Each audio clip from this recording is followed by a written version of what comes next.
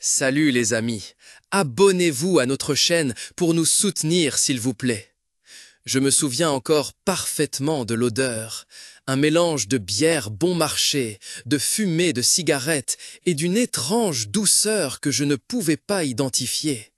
C'était un samedi soir, et moi, à l'époque, un étudiant en lettres allemandes sans histoire, je m'étais laissé convaincre d'aller à cette fête.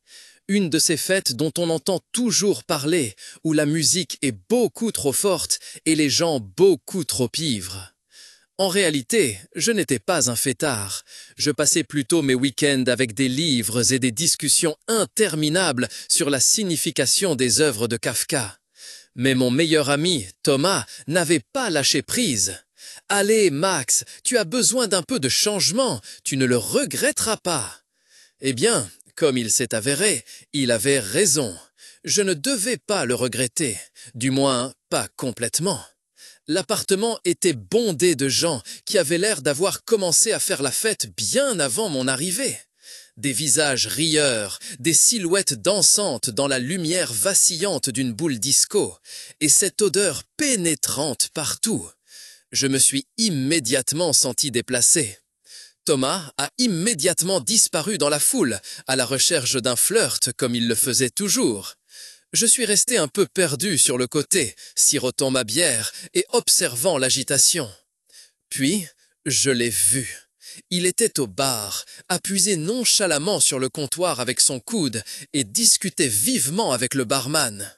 Il était grand, avait des cheveux foncés légèrement ondulés et des yeux qui semblaient pouvoir regarder directement dans votre âme.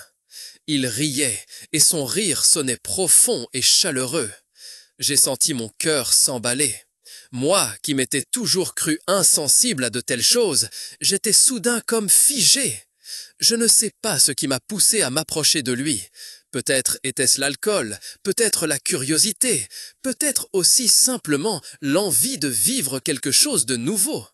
Je suis allé au bar et j'ai commandé une autre bière. Il m'a jeté un coup d'œil, un sourire bref mais intense a traversé son visage. « Pas encore assez ?» a-t-il demandé d'une voix grave. J'ai rougi et j'ai balbutié quelque chose comme « compagnie ». Il a ri à nouveau, et cette fois, j'ai senti une chaleur monter en moi. Nous avons parlé, pendant des heures, de tout et de rien, de musique, de films, de politique, de l'absurdité de la vie. Il s'appelait David, étudiait l'histoire de l'art et était fasciné par les mythes et légendes anciens. J'étais captivé.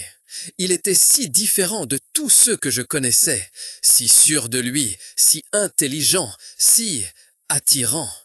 Le temps a filé à toute vitesse. Nous avons bu plus d'une bière et les conversations sont devenues de plus en plus intimes. À un moment donné, nous avons dansé, étroitement enlacés sur une chanson lente. Je sentais son souffle dans ma nuque, ses mains sur mon dos. C'était comme si le monde entier autour de nous s'était estompé. Le reste est flou. Je me souviens de fragments, du rire de David, de son parfum, de la sensation de ses lèvres sur les miennes, de la sensation de me laisser tomber, de m'abandonner. Et puis, rien. Je me suis réveillé. Il faisait clair, la lumière du soleil brillait à travers la fenêtre. J'étais allongé dans un lit étranger. La couverture était douce et chaude. Les oreillers sentaient un parfum qui m'était vaguement familier. Je me suis assis et j'ai regardé autour de moi. C'était la chambre de David.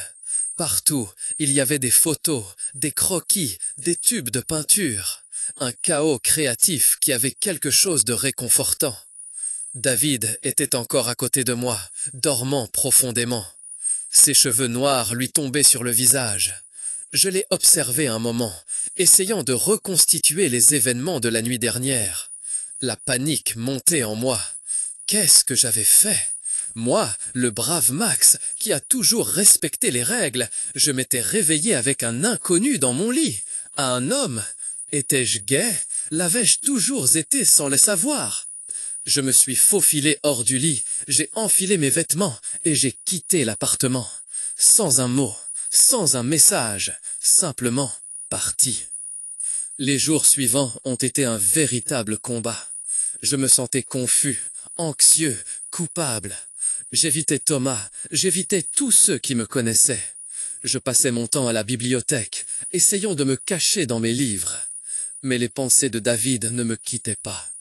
Alors, une semaine plus tard, ça a sonné à ma porte.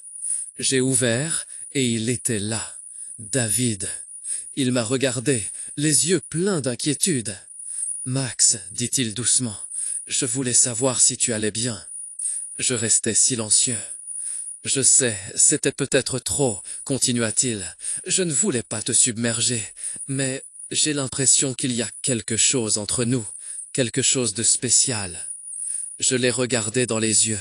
Je n'ai vu aucun jugement, aucune attente, seulement de l'honnêteté et de la vulnérabilité. Et à ce moment-là, j'ai su que je n'avais plus à avoir peur. J'ai souri, un sourire timide, incertain. « Je vais bien, ai-je dit, et peut-être que tu as raison. » Et ainsi commença mon voyage, un voyage de découverte, d'acceptation et d'amour.